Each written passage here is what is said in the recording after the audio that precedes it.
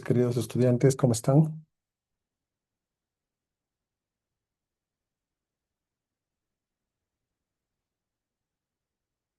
Buenas noches, ¿qué tal? ¿Cómo están? Hola, Kevin. Hola, Joana. Kelly, Buenas noches, profe. ¿cómo estás? John, ¿cómo estás? Por favor. Bueno, vamos a empezar porque tenemos una hora, así que los que no están encendidas las cámaras son las personas que empiezan a exponer. Mm, Nicanor Loaiza, Buenas noches, profe. ¿cómo estás? Tu grupo para que puedan exponer, por favor. De ahí sigue Janet Mena.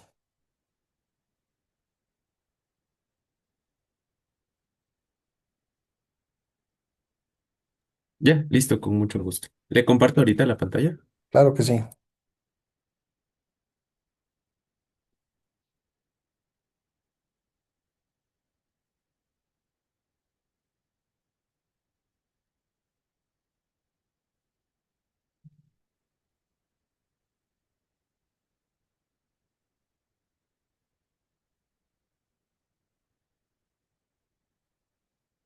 Una antesala antes de que empieces directamente al tema semiótico. La reseña de la película no necesitamos en este momento, todos la hemos visto. Igual para todos los grupos.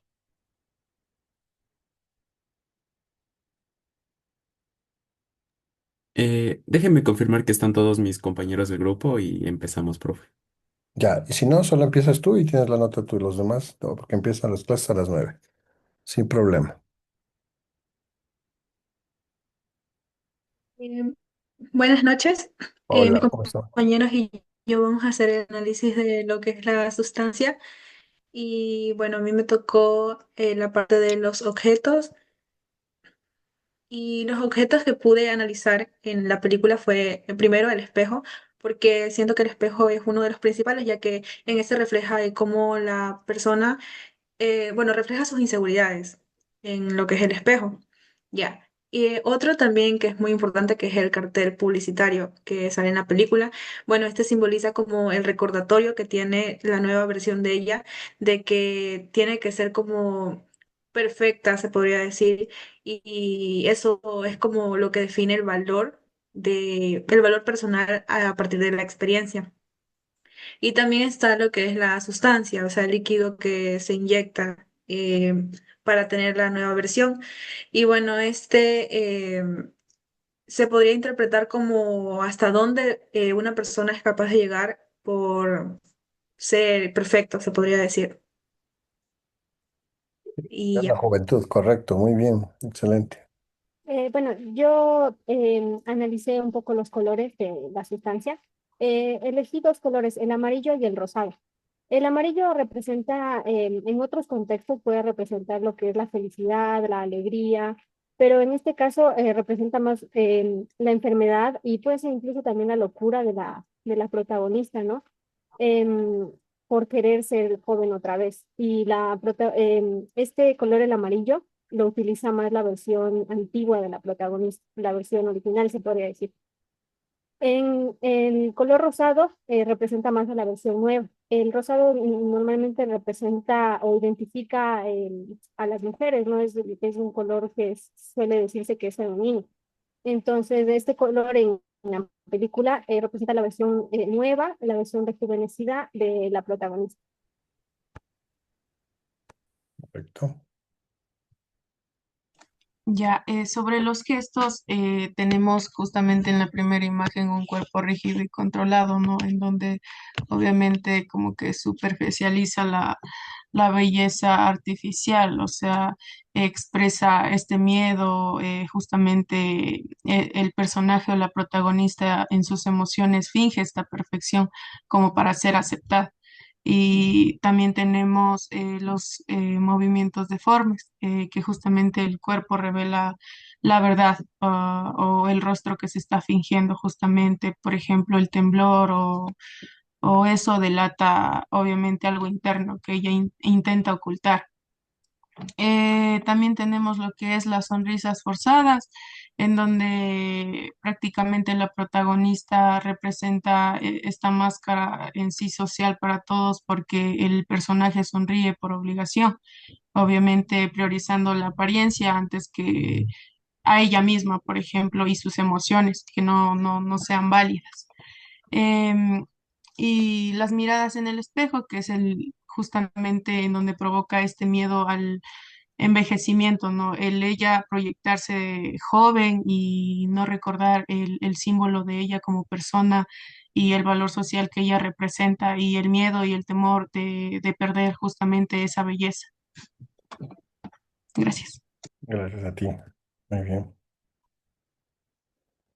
Bueno, en esta película he sacado lo que son cuatro escenarios. El primero es lo que es el apartamento de Elizabeth. Este escenario es un espacio amplio, grande y minimalista donde casi no hay decoración. A primera vista pues parece elegante, pero lo que en realidad refleja es el vacío emocional y la soledad que mantiene Elizabeth. El segundo escenario es el estudio de televisión donde ella trabaja como mentora. Los pasillos son oscuros y la atmósfera resulta ser pues opresiva. Representa el sistema de entretenimiento que exige en sí lo que es la juventud, la perfección física. Como tercer escenario tenemos lo que es el garage y el laboratorio. Este escenario es el garaje subterráneo que conduce al laboratorio, donde pues Elizabeth recibe lo que es la sustancia. Este contraste simboliza lo que es la transición del mundo real al artificial. Como cuarto escenario tenemos lo que es el espacio de transformación corporal.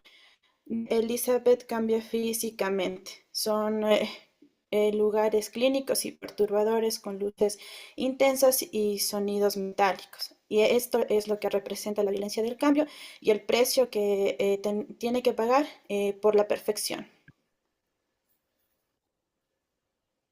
Por último, tenemos los sonidos, que creo que de cierta forma podrían ser los elementos más importantes de la película, además del simbolismo propio. La película maneja varios tipos de sonidos, tanto profundos como fuertes, e incluso sonidos que podrían llegar a mil disculpas, sonidos que podrían llegar a aturdir y a personificar justamente cómo se siente el personaje tras cada escenario. Eh, Puntos importantes dentro de la película donde podemos encontrar el sonido y los silencios podría ser la parte de la transformación, cuando el personaje vive momentos tensos. También tenemos otra situación que es cuando ella es despedida, justamente siente como que una pequeña abrumación, un sonido ahí tenso donde después de procesar la noticia como que vuelve la realidad. Y principalmente estos sonidos los podemos ir apreciando desde lo que vendría siendo el tráiler. No sé si me permitiría poner los videos un ratito. Sí, está bien. Si no dura menos de un minuto, está bien.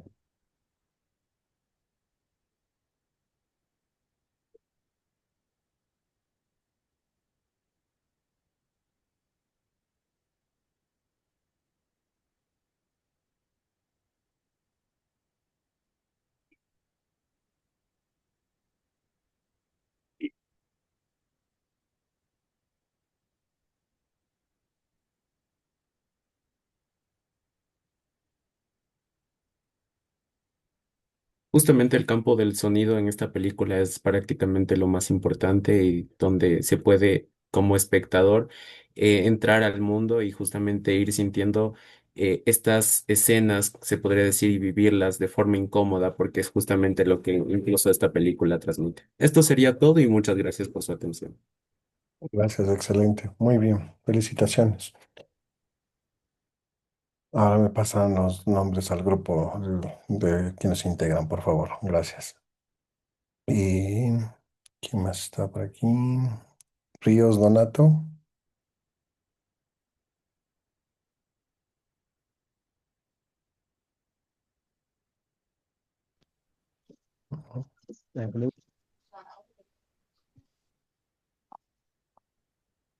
Hola Donato, ¿cómo estás?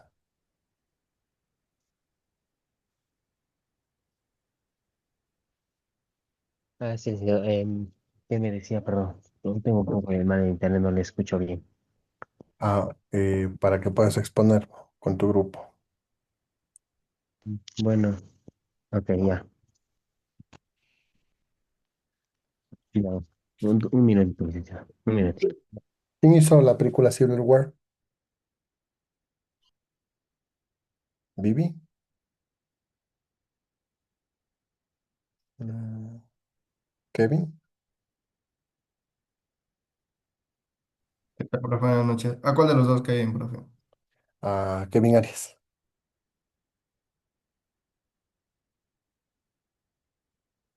Les preguntaba si, quién hizo, estaba preguntando si tú hiciste la película Civil War, Guerra Civil. Ah, no, no, profe, hice la película La Sustancia porque ya la había visto anteriormente. Buenísimo. Renata Potosí, ¿hiciste tú? No, magíster, yo también hice de la sustancia. Ya, ok. Joana Profe Joana Naigua Ortega. Ortega, No, profe, nosotros hicimos de Anora. buenísimo. Ya les voy a escuchar. Esa película es espectacular. Mm, ok. Merly, Buenas noches, Lisa. Nosotros hicimos el cónclave. buenísimo. Muchas buenazo. Lore López,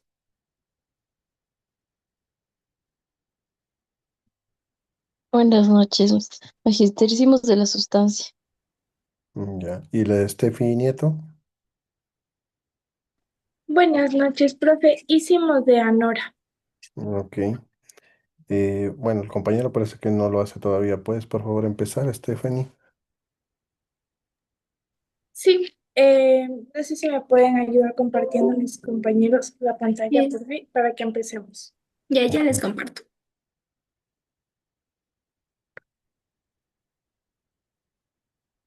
No es una película así.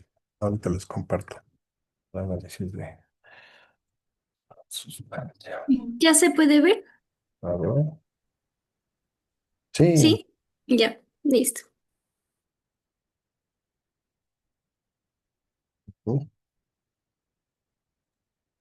Bueno, el día de hoy esperamos que todos puedan entender cómo esta película está llena de elementos simbólicos y espero que puedan entender cómo nosotros hemos entendido la película a partir de estos elementos. Así que lo primero de lo que vamos a hablar son los colores. En esta película los colores predominantes son el azul y el rojo. Lo podemos ver desde el inicio de la película hasta el final, pero el negro y el blanco son colores que contrastan en el fondo o en algunas escenas. Ahora, para poder entender mucho mejor esto, yo he dividido cada color por cómo yo lo percibí en la película. Primeramente, el blanco en la película lo podemos encontrar como calma, frialdad, vacío, transición. Por otro lado, el rojo, que es el color representativo de la protagonista, nos refleja la pasión, el poder y la energía que ella tiene. Ahora, el azul, además de que lo encontramos alrededor de toda la película, como dije, en diferentes escenas, también lo podemos ver representado en el personaje de Vanya, que también para poder entender mucho mejor esto, le vamos a decir su color representativo. Aquí el azul significa soledad, distancia, estatus, lealtad y tranquilidad. Y por otra parte, el negro, que representa al personaje de Igor, lo encontramos como misterio, secreto, neutralidad y silencio. Ahora, para entender mucho mejor la explicación de los colores, eh,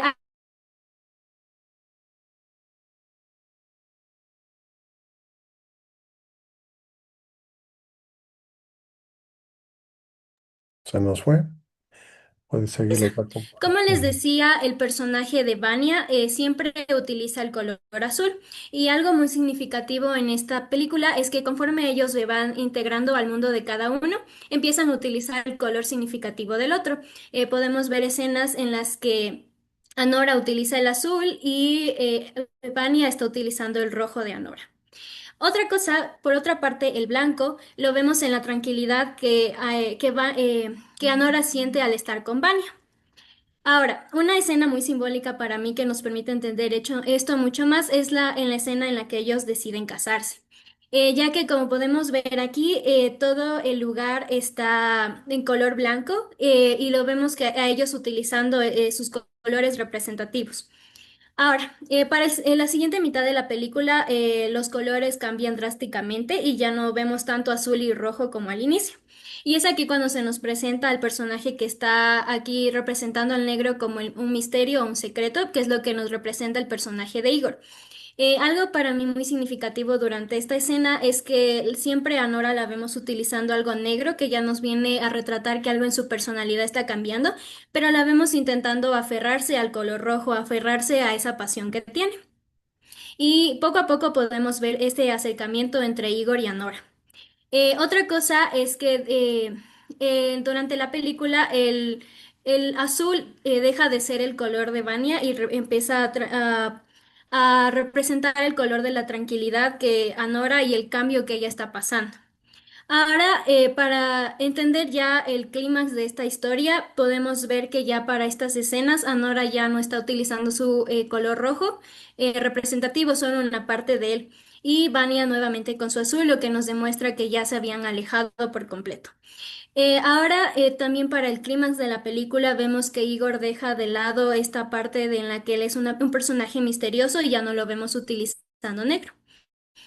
Algo muy representativo aquí es que esta manta roja nos demuestra cómo Anora lo deja entrar poco a poco a su vida. Para el final, como les dije, Anora ya ha perdido por completo su personalidad y la vemos utilizando negro y rojo. Y la escena final, que es una escena muy representativa de la película, nos muestra los colores blancos y azules. El azul vendría a ser la tranquilidad que por fin Anora siente y abrirse a nuevas personas.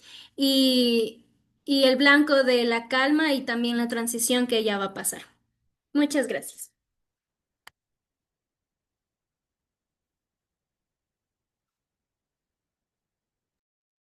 Ok.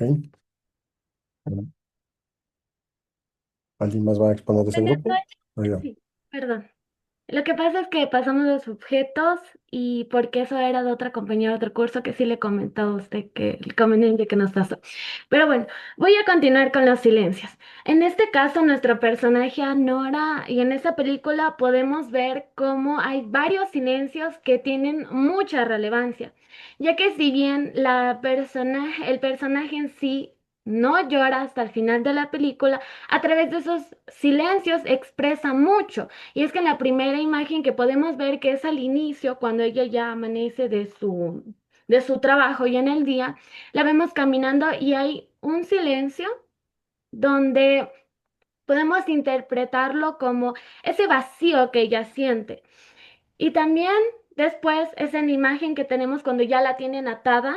Hay una particularidad porque hay un silencio donde ella se encuentra como una en shock. Y al mismo tiempo podemos profundizar algo que es soledad, confusión y también algo muy importante que es lo que más refleja a Nora, es ese desespero por aferrarse a algo que está pasando, porque de hecho en toda la película, en los silencios se puede entender ese shock de todos los personajes, porque en sí la película se basa entre todo un día completo donde hay cambios inesperados para nuestro personaje. Ahora en la siguiente imagen es en el escenario del avión, que me gusta destacarlo porque en este hay un silencio después de enfrentar a la madre del chico, donde hay este silencio porque es donde Anora se da cuenta que pierde su dignidad. Al mostrarse así tal cual, al como rogarle a esta persona, existe ese silencio. Y si bien en el trasfondo podemos ver a Igor, que es este personaje importante que no dice una palabra y estos silencios que él hace también la cuida a través de esos silencios, a pesar de que este personaje no tiene muchos diálogos. También en otro silencio en el avión que existe en todo el viaje hasta el divorcio, existe ese silencio es por la incomodidad que se genera en la atmósfera y podemos interpretarlo así que en sí los personajes están molestos, todos están incómodos y hay una frustración. Ahora, los silencios más relevantes de la película de Anora son los finales. ¿Por qué? Porque ya en esta imagen donde cae la nieve podemos ver cómo Anora está, podemos entender la melancolía que ella siente Y no solo eso, sino la nostalgia de todo lo que pasó, y también de cómo va soltando. Porque si vemos, si bien al inicio vemos a Nora como no quiere soltar, y en esta escena donde existe un silencio profundo, podemos entender que ella va soltándolo todo, a pesar de que aún sigue con esas dudas de qué acaba de pasar. Vemos en la escena final que eso también nos deja una conclusión muy interesante, y es saber si es que este final no termina como todos los finales felices que nosotros queremos interpretar como de, ah, terminó con un chico feliz, ya que en esta escena hay un silencio donde Igor le entrega un anillo, que es el anillo que le había dado el otro chico, y ella no le dice nada, no le dice gracias, pero lo que comienza a hacer es un acto de provocarlo al chico. Y sin embargo, en ese instante es donde más expresiones hay, en los gestos y en los dos, porque él la quiere, quiere besarla, sin embargo ella no quiere, no entiende qué pasa. Y ahí es donde finalmente Anora se desploma. Y es muy importante profundizar este silencio más que todo porque nos hace entender en la película que puede ser tanto para muchos un final malo, como no terminó con el chico, pero también puede ser un final bueno porque tal vez no estuvo con este tipo de persona. Sin embargo, logramos entender que por fin Anora soltó todo lo que venía llevando en toda la película.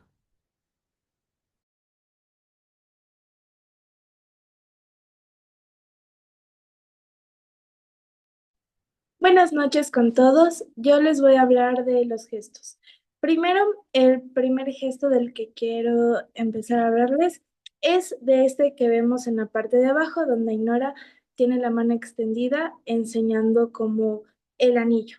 Este gesto nos demuestra que Ainora quería, o sea, este gesto simboliza la necesidad de que ella se sienta reconocida. Ella solo con un gesto y sin palabras está tratando de decir, ¿sabes qué? Mira, mi matrimonio es válido, es legal, él me lo dio y bueno, el anillo también tenía un significado súper importante, pero ella lo estaba tratando de decir, ¿sabes qué? Es válido y es legal y él me lo dio a mí. Otro significado que también tenemos en un gesto es en la imagen que vemos al lado de esta que está con el anillo. Tenemos a Vania riéndose.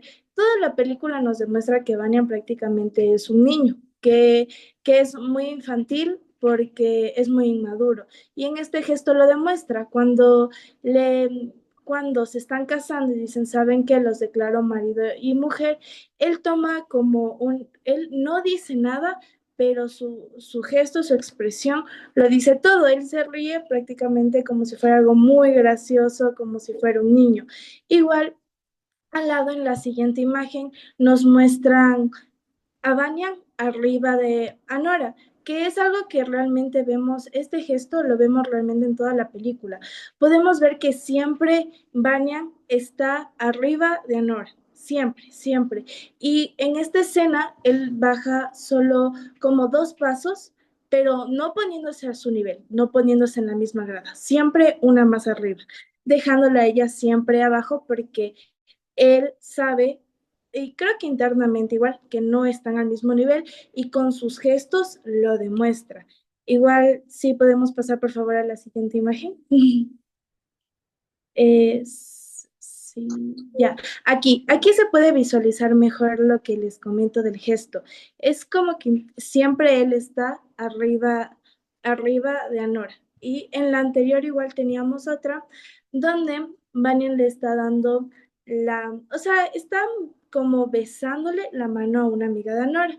Esto en sí demostraba que si Anora no supiera ruso, cualquier otra chica hubiera estado realmente con Vania, que no era que a ella la hacía sentir como importante.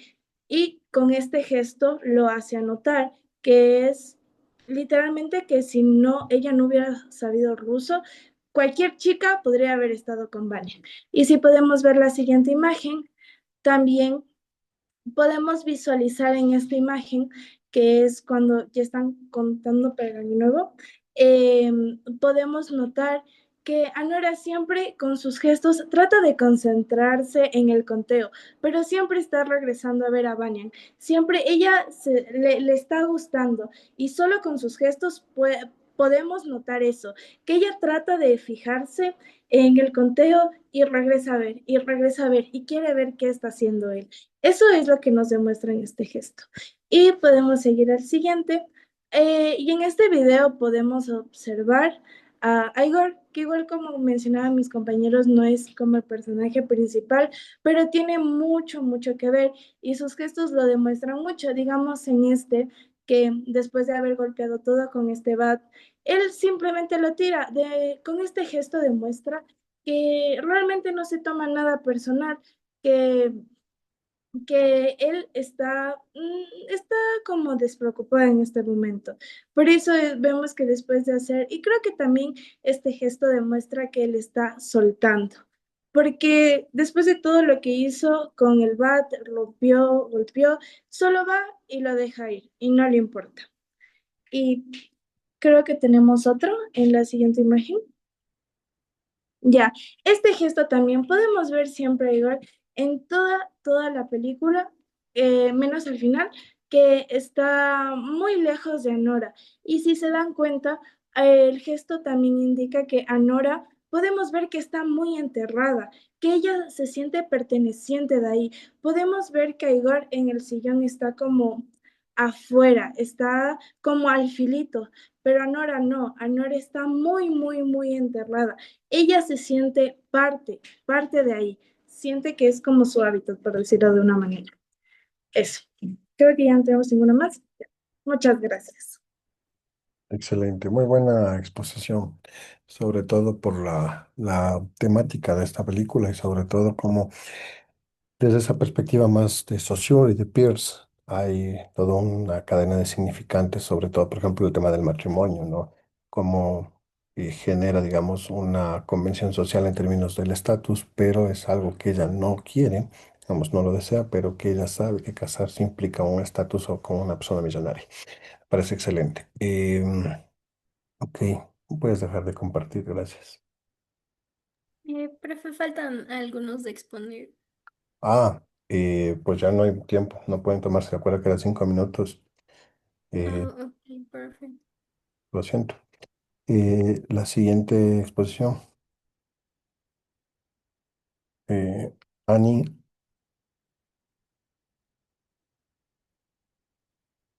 ¿qué, qué película tú hiciste?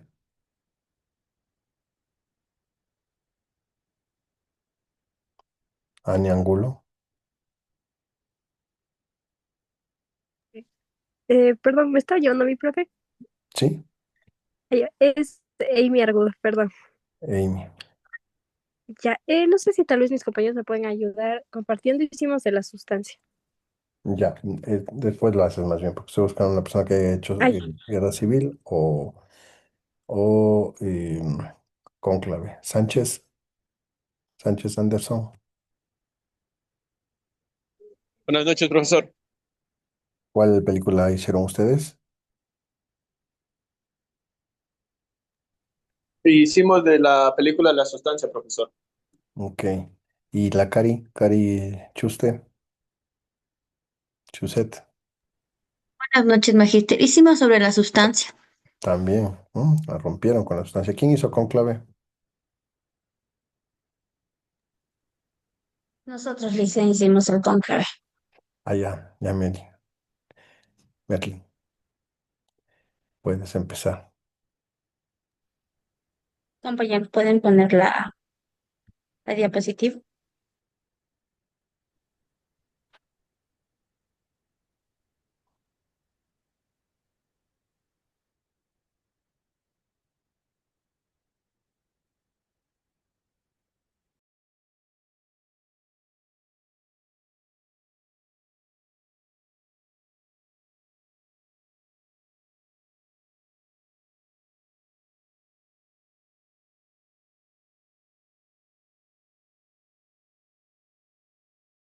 Buenas noches, Magíster. Buenas noches, compañeros. Nosotros hicimos la película Conclave y a continuación vamos a comenzar la exposición.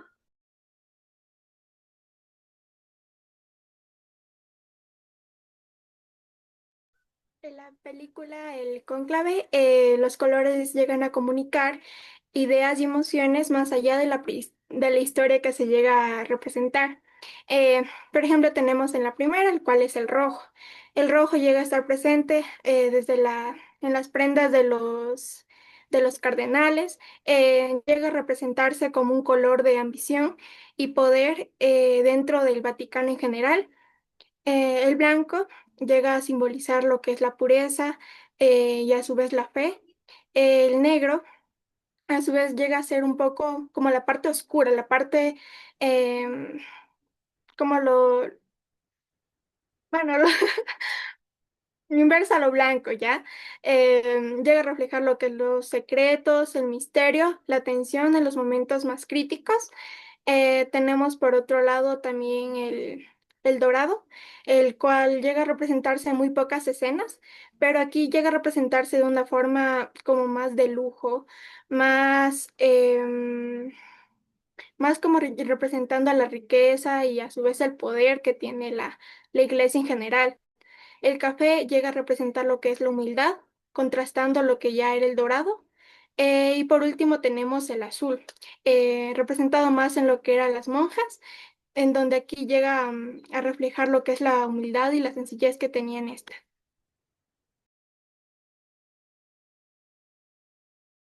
Ya, bueno, como objetos tenemos el primero que es la Capilla Sixtina. En la película se siente como una jaula de oro, ya que en esta, en la parte posterior de la capilla, hay como unos ángeles pintados y algunos se muestran lo que es de la ambición, porque están como en una pelea constante. En esta capilla se da lo que es la votación para elegir al nuevo papa. Las llaves.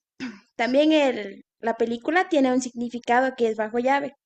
Es cuando muere un nuevo papa y se cierra el monasterio para que todo se haga puertas adentro, para que las personas de afuera no puedan enterarse de lo que pasa adentro, porque si se enteran de que existe diferentes puntos de vista entre los papas, es que como tipo cambiaría todo lo que es el pensamiento, la política y todo en el mundo exterior.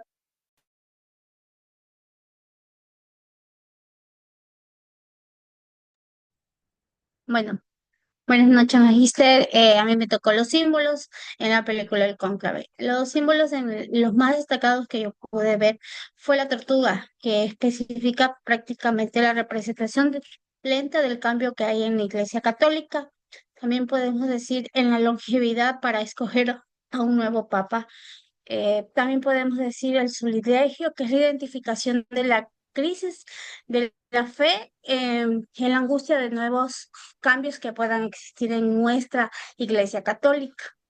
Sombras en la forma sixtina, la revelación oscura o el llenamiento de la fe en el cual ellos creían que podían. En la película se representaba como si el Espíritu Santo bajaba para guiarles en ese entonces para elegir a nuestro nuevo papa. Las mirtas o vestimentas son jerarquías que podríamos decir de diferentes colores. Por lo general el papa, cuando ya es electo, hay papas que les ponen los zapatos rojos. El padre Francisco, él nunca aceptó los zapatos rojos, él mantuvo sus zapatos tal y cual como hasta él fue un poco más, podemos decir, más humilde, porque generalmente es una jerarquía el zapato rojo cuando ya se elige el nuevo papa. Podemos decir también la fumata, que es la esperanza y el consenso de los símbolos e incertidumbres. Cuando es la fumata blanca es cuando ya se elige el nuevo papa y simbolisma esperanza y renovación en una nueva unidad. También podemos decir, y no puse, se me olvidó, no se me olvidó, pero no le quise poner los paraguas blancos, que ellos también representan una forma de protección para que nadie sepa lo que ellos van a hacer, la decisión que va a tomar. También podemos tener como símbolo el anillo del pescador herido después de cuando fallece el Papa. ¿Por qué? Porque es una ley que ellos ya han puesto en ese sentido, pero es un símbolo muy significativo en la elección del Papa. También podemos decir el encierro del cónclave. Esa es otra otro símbolo en el cual podemos recoger los secretos y la purificación espiritual que ellos tienen. Cada cardenal asiste a discernir y a pensar con el Espíritu Santo. Puede ser una expresión del Papa y no es una política. El siguiente.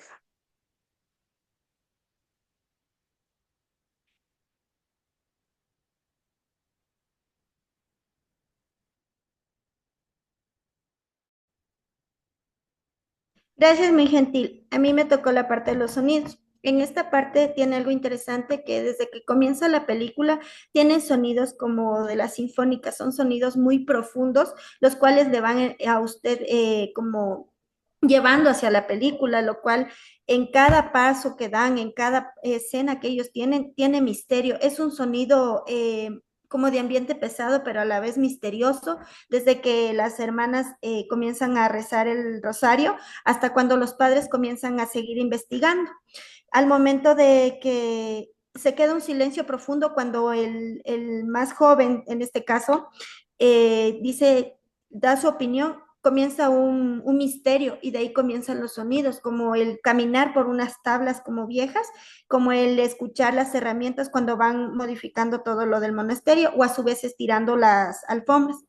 Aquí te voy a darle, indicarles un video, es muy cortito para que ustedes puedan tener noción de lo que les estoy explicando. Más encontraremos a un candidato cuya historia sea de todo intachable. Dios nos ha dado a todos.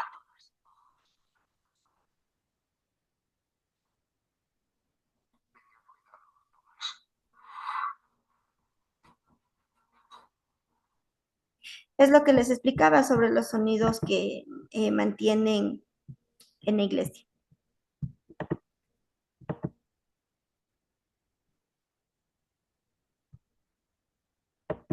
Yo voy a hablar sobre los escenarios. En el escenario principal de Cadernal tiene un ambiente y sonido de los pasillos del Vaticano cerrados. Esto busca que el espectador sienta tensión.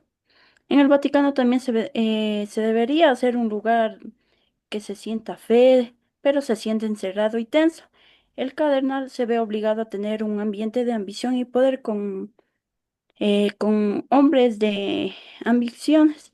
El costo de la verdad es un descubrimiento doloroso que busca que la verdad sea, que busca la verdad en un lugar de mentiras. La historia incluye un giro audaz y polémico.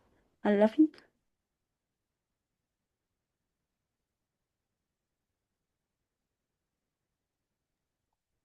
Listo, muchas gracias. Por favor, dejen de compartir. Si falta alguien, Profesor, falta yo. yo les Pero puse bien, aquí las... bueno, yo voy a dar una Julio, calificación colectiva, profesor. Julio, gracias, les decía. Yo les puse en el mensaje que tenía que ser 5 minutos. Parte de vamos, del ejercicio de la comunicación es tener capacidad de síntesis. Agradezco mucho la presentación y quienes no han podido, pues no han logrado alcanzar. A exponer me refiero, ¿no? Los grupos que ya expusieron están bien, tienen su calificación de participación.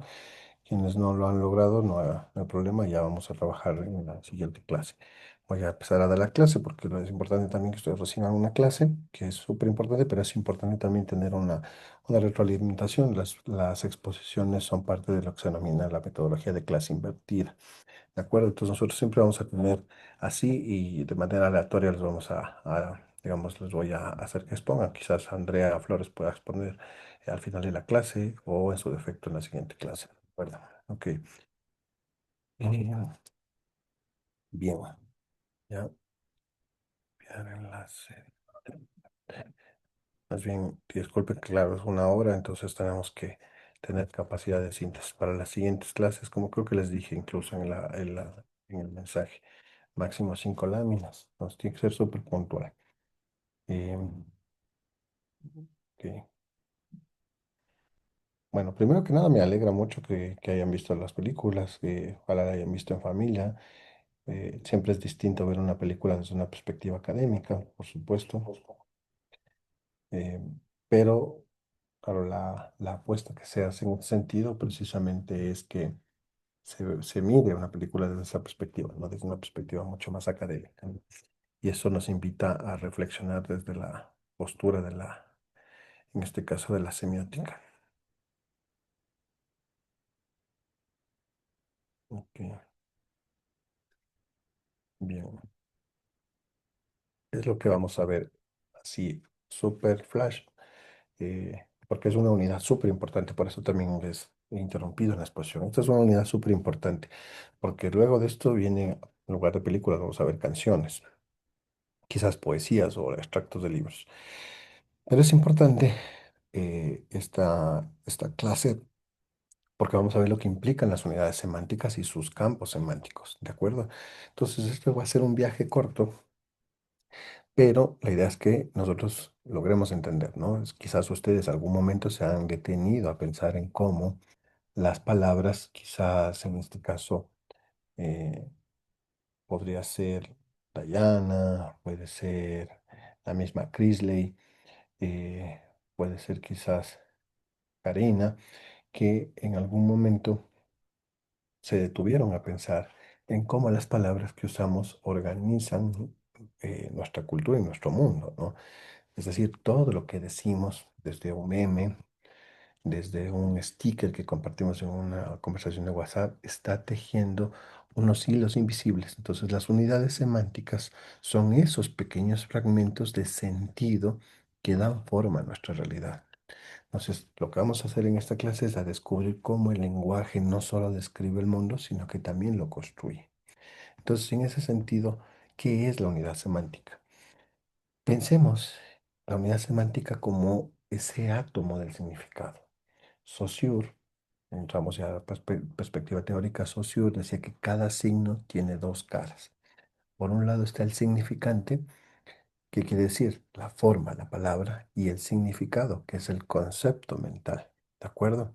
Entonces, por ejemplo, cuando escuchamos árbol, ya sabemos que no pensamos en una palabra escrita, sino en la imagen que nos da. O sea, te dicen mesa, no pensamos en la letra mesa, digamos, en las letras que forman la palabra mesa, sino en la mesa como tal. ¿De acuerdo? Y aquí está lo fascinante, que esa relación no existe sola, sino en contraste con otras. ¿De acuerdo? Entonces, el lenguaje, como la red, es una trama de conexiones, no de elementos aislados. Entonces, de ahí viene lo que implica la delimitación de las unidades semánticas. Entonces, entramos a un plano más filosófico. ¿Por qué? Porque vamos a ver en dónde empieza y dónde termina el significado de una palabra. Por ejemplo, luz incluye, ¿qué nomás incluye luz? El fuego o la electricidad. ¿Y qué hay? O sea, por ejemplo, una mujer puede dar a luz, ¿no es cierto? Entonces, como diría Humberto Eco, el signo no es una cosa, sino una convención cultural. Entonces, claro, tú dices luz, puede ser una llama, una linterna o la luz eléctrica, ¿de acuerdo? Entonces, todo depende del contexto. Entonces, así, por ejemplo, como en redes una palabra puede significar una cosa, en un chat, por ejemplo, pero si esa misma cosa tú compartes al grupo de familia, probablemente significa otra cosa, es decir, te van a decir, ¿y por qué compartes eso? ¿Sí? O ese mismo mensaje que compartiste en un grupo de amigos, compartir en el chat de profesores de la universidad, ¿sí? Entonces el sentido no está en el diccionario, sino está en el uso que le damos, ¿de acuerdo? Entonces, ¿cuáles son, desde esa perspectiva, las definiciones, digamos, de los campos semánticos? Hasta ahí, una consulta. ¿Tienes alguna pregunta, Crisia Bravo? No me dijiste, todo está claro. Ok, bien. Bueno, yo les había dicho en la primera clase, ¿no? Esta clase suele ser así como full participativa, como forzar la participación. Bien, entonces, ¿cuáles son los campos semánticos desde esa perspectiva de la definición? Un campo semántico es ese conjunto de palabras que comparten una base común, ¿sí? Que quiere decir la base común del significado. Por ejemplo, el campo del color que habían visto ustedes en la película La Sustancia, ¿no? Que agrupa el color, por ejemplo, el amarillo que utiliza o el negro, ¿no? Y el núcleo que los une se llama archisimema y los rasgos que las diferencian son los semas. Entonces, si bien es cierto esto que les digo ahorita va a sonar como muy teórico y ustedes tienen el compilado y ahorita también en la exposición, piensen en como una playlist de Spotify. Seguro ustedes utilizan casi la mayoría Spotify. Entonces, todas las canciones que generan en su playlist, ahora que viene Fiestas de Quito, pertenecen a un mismo género. Entonces, el playlist de BL, el playlist de Karol G. Entonces, pero cada uno tiene su propio ritmo. Entonces, que las cumbias del canelazo, que no sé qué, ¿de acuerdo? Entonces, pensemos en eso, es decir, en que los campos semánticos vienen a ser como un playlist del sentido, ¿de acuerdo? Entonces, vamos a un ejemplo de campo semántico desde la perspectiva de los colores. Tomemos el ejemplo del color. El rojo, por ejemplo, puede asociarse a qué? Am,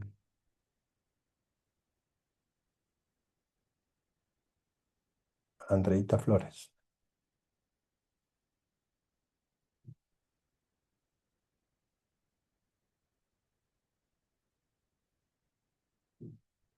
Sí, ¿El rojo a qué crees que se asocia? depende del contexto. Digamos, el rojo puede ser como amor o puede ser también sangre. O sí, sangre. eh, O también las rosas que significarían las dos cosas. Sus pétalos que significaría el amor, pero usted la agarra con las espinas y sangraría, que también le hace daño. Claro, correcto. También puede ser peligro, ¿no? Danger, ¿no? Pasión, peligro, advertencias, correcto. Muy bien. ¿Y el azul, Vivi? Sí, profe. Puede ser azul, puede ser, mm, puede también representar la frialdad o emociones también. Ujú, ok, exacto. Y pues, bueno, el verde puede ser esperanza, naturaleza, ok. Todo depende del contexto cultural. Entonces, no significa lo mismo el rojo en China, que por lo general el rojo significa buena suerte, que en Occidente, que significa, por ejemplo, pasión o alarma, ¿no? Entonces, así funciona el lenguaje. Una misma palabra tiene distintos universos del sentido, ¿de acuerdo? Ok, entonces, pasemos a lo que se denominan los campos semánticos cerrados, ¿ok? Vamos a ver quién está por aquí sin encender las cámaras. Eh, Adrián Bizarrera. Sí, profe, buenas noches. ¿Qué, ¿Cuál película fuiste la que viste tú? ¿Viste? La de la sustancia. Buenas. ¿Y cuál, digamos, desde esa perspectiva, la escena más que te dejó como impactado? Más impactado el final. Como que Wow. tiene bastantes cambios en el sonido Pero, o sea, y una escena en particular, o sea, más que la parte final. O sea, una escena en particular describe una escena en particular. la escena al final es como que ya se rompe todo. O sea, ya la protagonista muere justo en el escenario y le salpica sangre a todas las personas que están ahí. Ujú, sí, ok. Bastante, yo creo que fue demasiado excesivo, la verdad, los 15 últimos minutos, pero está bien.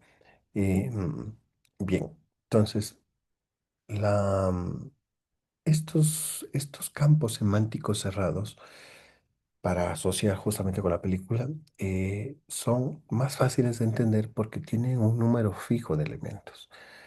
Por ejemplo, los días de la semana. Eso es un campo semántico cerrado. ¿Por qué? Porque tenemos lunes, martes, miércoles, jueves, viernes, sábado y domingo. Los meses del año, los puntos cardinales, son sistemas estables que son predecibles. Como las categorías de los menús digitales, por ejemplo, de los iconos de una app. Entonces sabemos cuántos hay que representan, ¿de acuerdo? Pero ¿cuáles son los campos semánticos abiertos? ¿De acuerdo?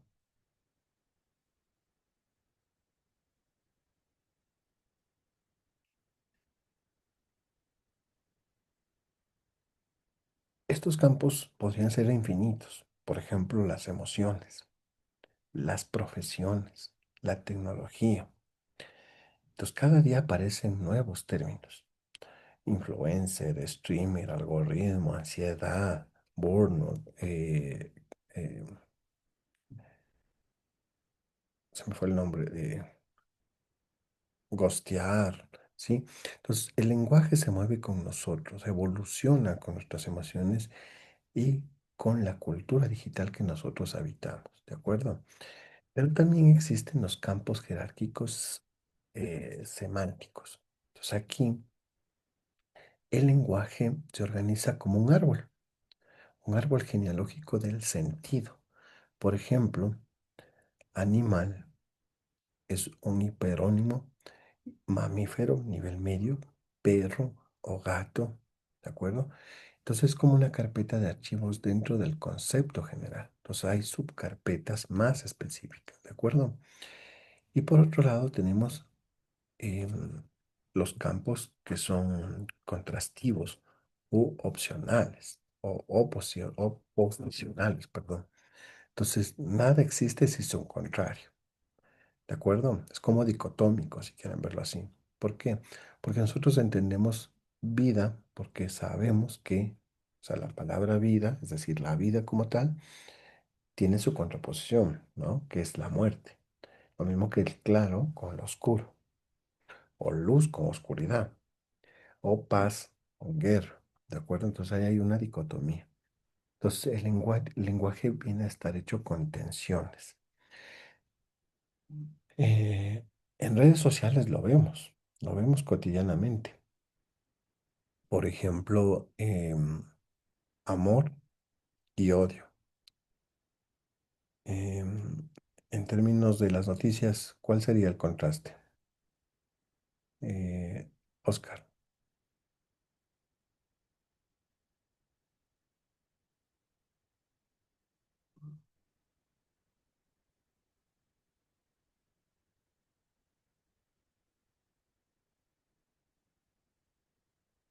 Oscar,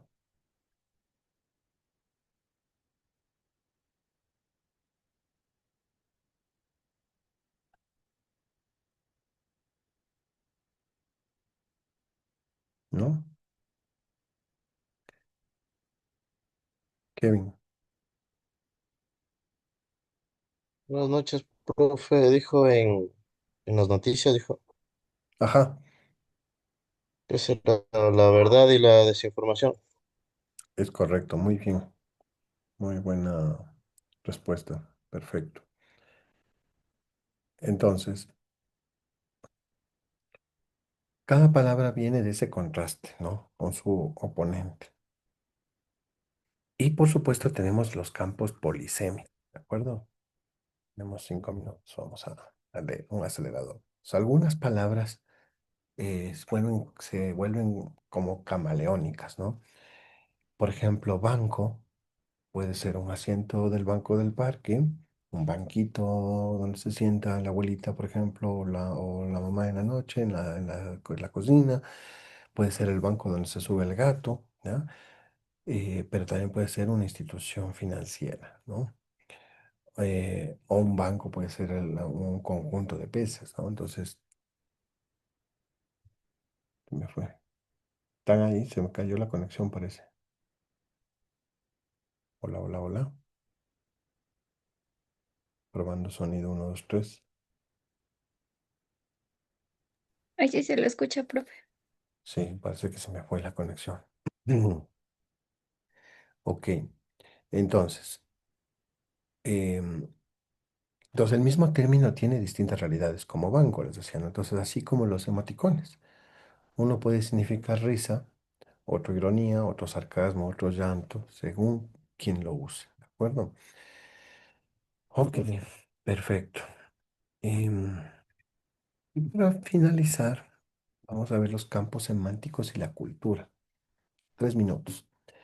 El lenguaje revela cómo cada cultura ve el mundo. Entonces, los esquimales tienen decenas de palabras para identificar la nieve. Tienen un montón de términos para la nieve. Nosotros solo tenemos nieve. Y eso cuando llueve en Papayacta. Entonces, los griegos distinguían entre eros, filia y ágape para hablar de amor. Nosotros solo hablamos de amor. Nosotros decimos te amo para todo, te quiero a lo mucho, ¿no? Entonces, el modo en que nombramos las cosas revela lo que valoramos y cómo lo sentimos, ¿de acuerdo? Entonces, comprender los campos semánticos no solo es para los lingüísticas, sino, digamos, para la gente que se dedica a la lingüística, sino para nosotros como comunicadores. Entonces, sirve para traducir culturas, entender, mejorar la inteligencia, crear diccionarios. Es decir, cuando una persona entiende, por ejemplo, mouse como un ratón o como mouse en términos de un teclado. Entonces ahí hay unos desafíos en los campos semánticos. Los campos no son fijos, cambian, se cruzan, se mezclan, ¿de acuerdo? Entonces la palabra puede pertenecer a varios campos a la vez. ¿De acuerdo? Por ejemplo, red es una red de tejer, una red de pescar o una red de red social, ¿no? Entonces, las fronteras del significado son flexibles como la cultura en la que nos desenvolvemos. ¿De acuerdo? Roland Barthes decía que eh, el lenguaje connota más de lo que dice. Entonces, no es lo mismo decir intervención militar que invasión militar. Y esto lo van a escuchar ahora en campañas de la consulta popular, ahora que se viene. ¿De acuerdo? Porque el lenguaje tiene poder, ¿no? Y nosotros vamos a analizar justamente estas campañas de consulta popular, eh, porque nos define las realidades y también legitima ideas a partir del posicionamiento que se genera a partir de la semiótica, una tendencia política. Entonces, ¿quién controla las palabras? Controla los sentidos posibles. Por eso es importante leer el mundo en términos semióticos para comprender sus ideologías y sus significados, ¿de acuerdo? Entonces, para finalizar, comprender los campos semánticos nos vuelve mucho más críticos y por lo tanto mucho más conscientes. Cuando nosotros vemos una película con estos lentes, vamos a eh, lograr que podamos discernir que las palabras no son neutras, sino que comunican una historia, una cultura y un poder. Y eso nos va a permitir hablar con mucha mayor precisión, con mucha mayor empatía, en tiempos donde todo lo que publicamos en las redes sociales, eh, tu elección de palabras no es una cosa menor. Por ejemplo, ustedes, si les pregunto cuál fotografía suben, digamos, te tomas una fotografía y subes de inmediato o tomas unas 10 fotografías para subir. Entonces, es tu huella semántica, es tu huella digital la que dejas en el mundo, ¿de acuerdo? Ok, con eso finalizamos. Muchísimas gracias por asistir a esta clase. Espero que tengan una buena noche. La siguiente clase conversamos. Gracias, Dylan, por el corazón. Gracias, Kevin, por asistir. Merly, eh, Dayana, Janet, Pablito, Fabricio, Dylan, Paulina. Muchas gracias por la clase. Espero verles la siguiente. Un abrazo, Vivian. Un abrazo, Joana. Un abrazo, querido Kevin. Gracias, profe. Una buena noche. Gracias, Víctor. Gracias, profe. Gracias, doctor. Buenas Gracias, profe. noches. Buenas noches. Gracias, Gracias, Miriam. Al magíster, buenas profe. noches. Pasen bien.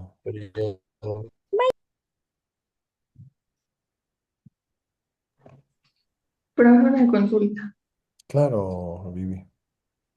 La otra semana podemos exponer. Claro, claro que sí. Y si lo haces de guerra civil, te agradecería mucho. Ah, no. El contra. Ok. Ya, profe, gracias. Ya.